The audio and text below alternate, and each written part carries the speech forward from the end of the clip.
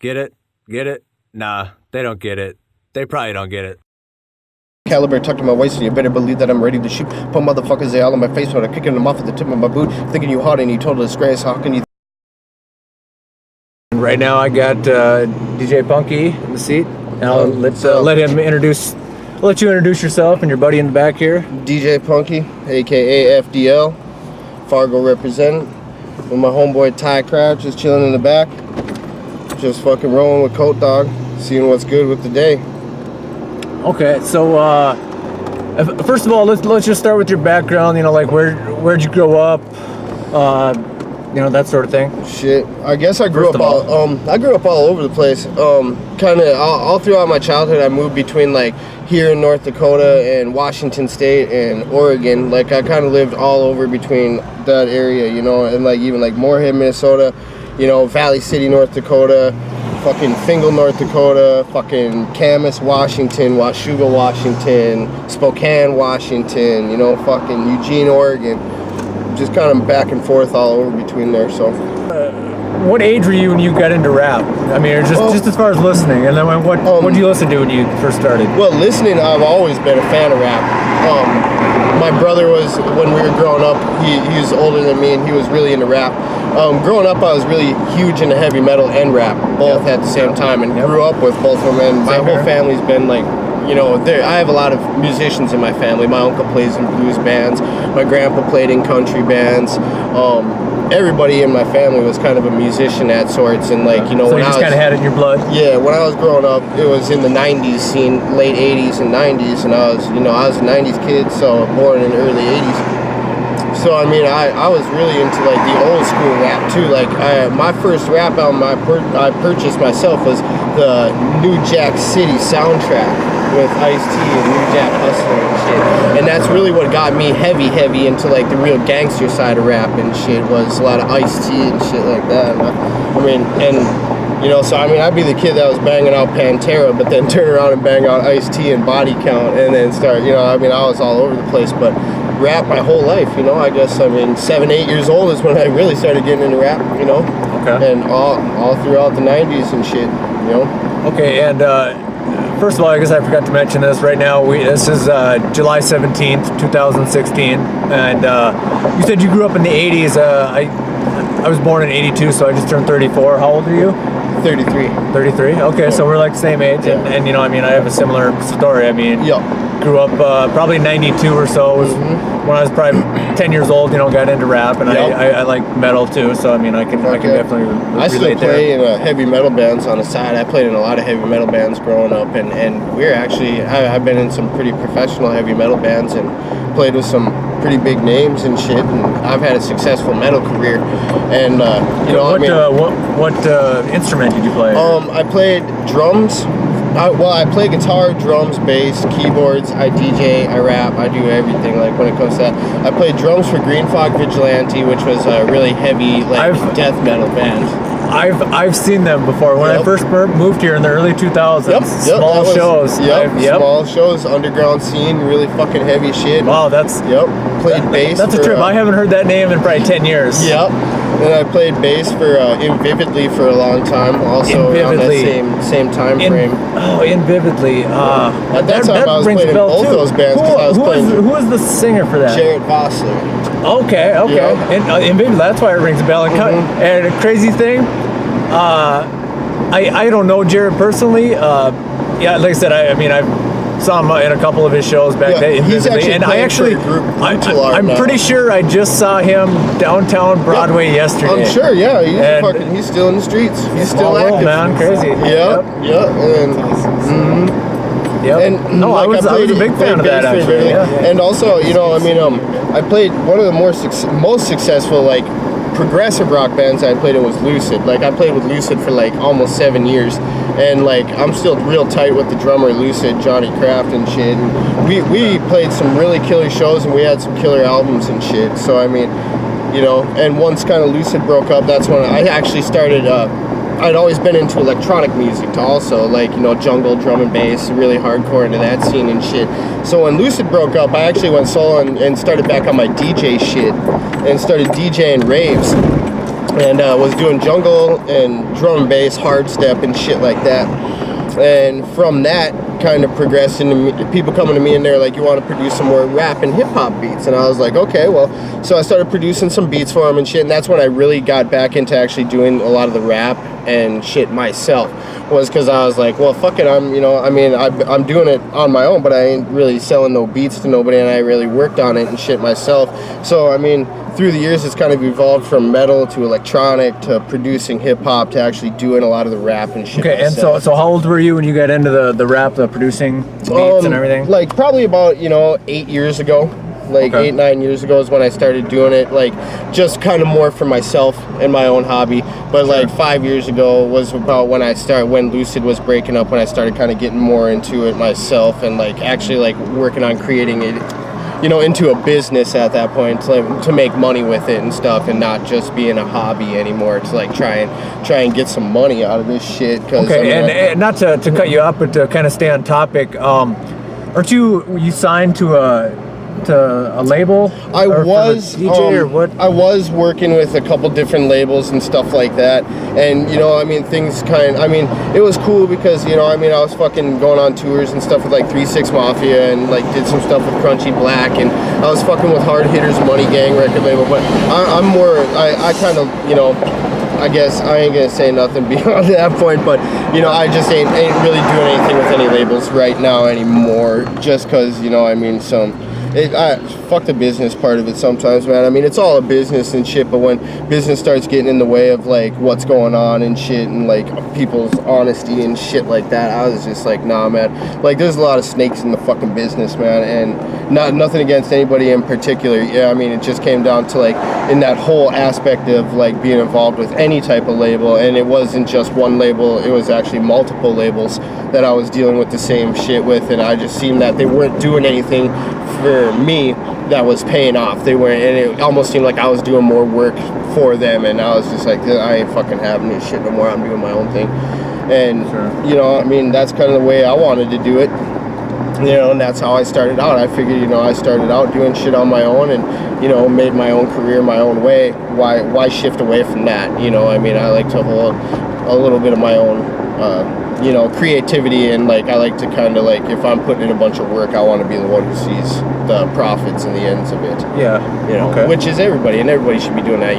Make sure your fucking money's right. You know what I'm saying? Make sure that the work you're putting in is coming back to you, that you're the one profiting from it, that you're the one who's making the money, you're the one who's making the calls. Yeah, I mean, this music business it's a shady business. It's been like that since day one. I mean, that's no mystery. So I mean, everybody's always trying to get their hands in your pockets. Oh, always, man. Everybody's looking for a free ride on something all the time. So, and that wasn't where I grew up. That wasn't like how I was raised, and that wasn't what I originally learned how to do when I was fucking with the music industry when I was younger and stuff. It's like you gotta fucking work your ass off to earn your place and stuff. But it's definitely not easy. And so, okay, let's kind of transition into the rap. When did you start, writing your own rhymes or raps and get into that? Well, like around the same time, about 7-8 years ago. I've always been a writer.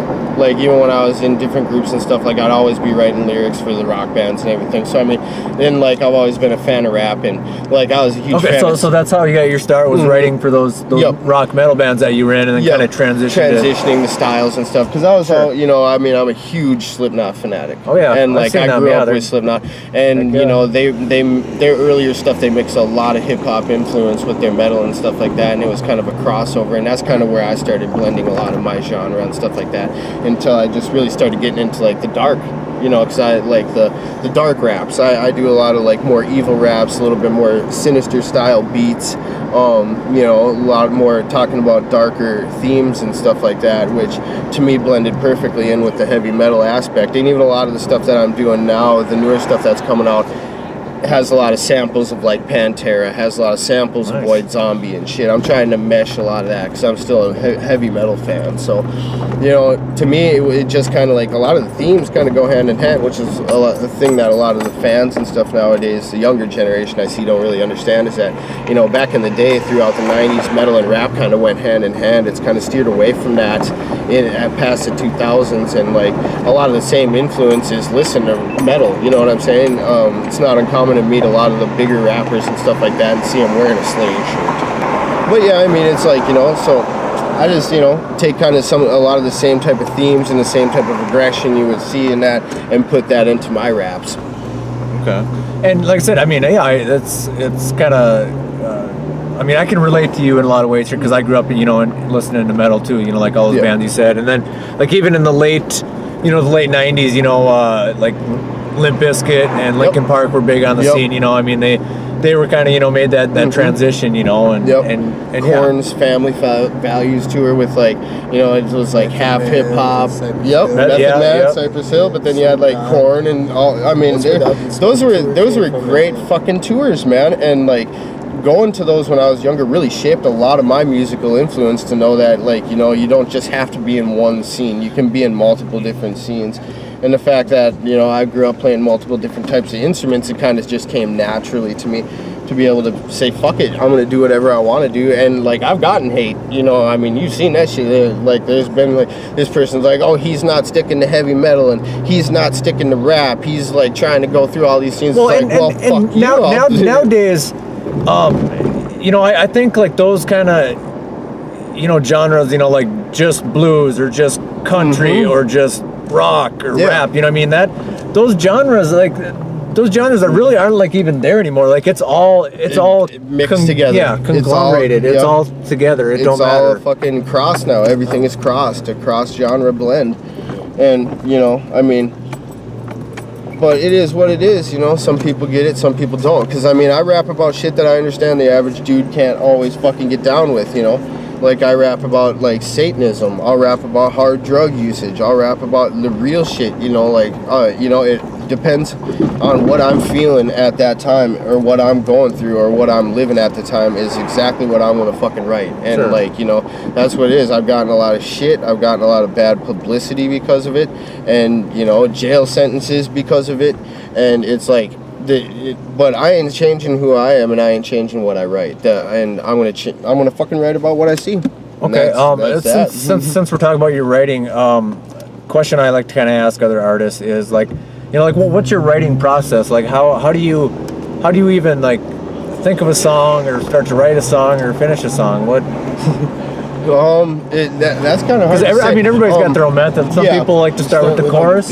I'll start, you know, sometimes I start with the beat. Sometimes I'll hear a beat and I'll just start clicking it in my head and being like, fuck, man, like, this is something I can bang to, or this is something I can get fucking high to, or like, this is something I just want to write about. And like, I'll feel the vibe, like, you know, melodically on it and shit. And like, you know, because you won't ever really catch me doing a whole lot of upbeat songs. So none of my songs are really going to be upbeat. So, I mean, so as far as writing, it's kind of like, I guess it's fucked up. I go into a real dark place sometimes when I'm writing. Like, I go into some heavy shit. So, I mean, there's, you know, usually it ends up me like being fucking fucked up in a trap house or something like that, and then I hear some shit and then I write it, or, you know, I get done doing what I'm doing and then go home, and sometimes I just like have shit going through my head when I'm like cruising on a block, or I'm kicking it at a house or something like that, and like, you know, I have shit that I'm going over in my head all the time, and when I take like a little bit slower time to myself, I'll just sit back and be thinking about all that different shit, and then I just start writing it down.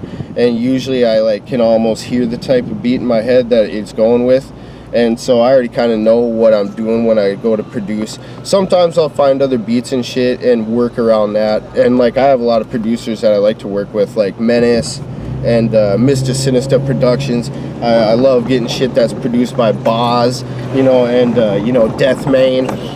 There's a whole bunch of producers that I work with and shit like that are all fucking awesome, and they know exactly like the style of shit I like to write to. Okay, and those guys, are they regionally here? Are they around Fargo? Oh no, like Mr. Sinister's from like fucking Indianapolis. Menace is out in East LA. Boz is in, I do believe, Austin, Texas right now. Like, Deathman is, I think he's fucking Ontario, Canada. And okay, like, so you're working with guys all over the country and the world. Okay. Yeah, and then like, you know, so I mean, they got the shit that I like, but then also like I produce myself. So sometimes I actually start out working the beat out and write my own beats and shit like that. And then when I'm writing the beat, I'm like writing the fucking song in my head, like, you know, thinking about it and shit. Because I like to get into like a real groove when I'm writing and shit. Like, I don't like to have like nobody around. I don't write in the booth. Like, I fucking know what I'm gonna be writing, and I'm like sitting down and, you know, fucking usually blazing and, you know, fucking throwing on some fucking candles and shit, and I get like, I mean, I was gonna ask you about that. Just because I heard somebody say that the other day. You know, it's like, you know, you sit down in a dark room and light some candles and write. And I've never done that myself. Maybe I need to try it. Yeah, I mean, and like, usually I'll have some shit on mute in the background of fucking like, you know, some fucking crazy satanic shit or some real dark shit, or I'm huge into horror movies, so I'll usually have House of a Thousand Corpse, some Rob Zombie or something. I go way back in like the underground 70s, like B-side horrors and shit like that, and I'll throw them motherfuckers on and shit like that. What's the one we just watched? Village of the Damned? Yeah, Village of the Damned, that's a good one. Fucking A. I get into some crazy shit, man, and like I said, like a lot of times too, I read a lot about the occult. I do a lot of shit with the occult, so I mean, like, I'll be like fucking around with that shit and like start thinking about the shit in my head, you know, and like be writing about it and shit at the same time. So I mean, you've been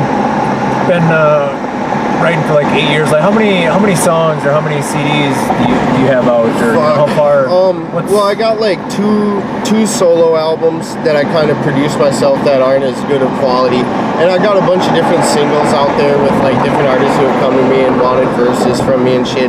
And then I got the one album out now with my group Two Lords, which is me and King Primo Dalla from Atlanta. Shout out to Primo, man. You know, so I mean, it's like, you know, but altogether about 4 or 5 albums out right now, mixtapes, and then, you know, along with, you know, the rap and shit like that, along with jungle and shit like that, I got a bunch of like just mixtapes of DJ mixes and shit. I probably got like 5-hour-long mixtapes out there somewhere floating around on YouTube. So, but I mean, you know, yeah, about 5. Okay. So, and in the process of working on a new one right now. Almost finished it up with entire new solo album that I'm going to be dropping, along with a whole new album with Two Lords. Okay. Any release date on that?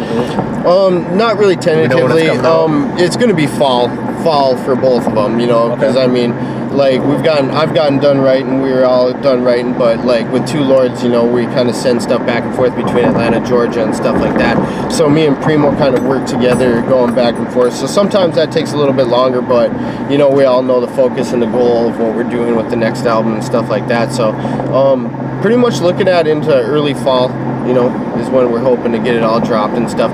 Because waiting for a couple other artists that we've been working with to drop some stuff that they've been doing, and finish it up with some of their tours and stuff, because we're kind of wanting to collaborate a tour into our next release. Okay, and that was kind of my next question. You know, like, do you do shows? Oh yeah, definitely. I book a lot of shows for other artists coming through the area, and like I like to book my own tours and shit like that. Okay, how did you get involved in booking shows? How did that come about? Oh, even that goes back to the heavy metal scene and shit. And like when I was doing a lot of the heavy metal stuff, I ended up working at a bar called The Nester with one of my buddies named Brian Grob, who I've known for like 20 years. And he was their booking agent, and he was a national booking agent for a long time, and he kind of got me into booking with him and stuff like that. And you know, we were booking all kinds of different music and stuff, and we kind of separated from the Nester and stuff, and just kind of started working on our own in a company called North of Nowhere Productions. And that was kind of a booking agency for locally, and then we were booking some out-of-state bands. They'd, you know, pay us to book their tours and shit.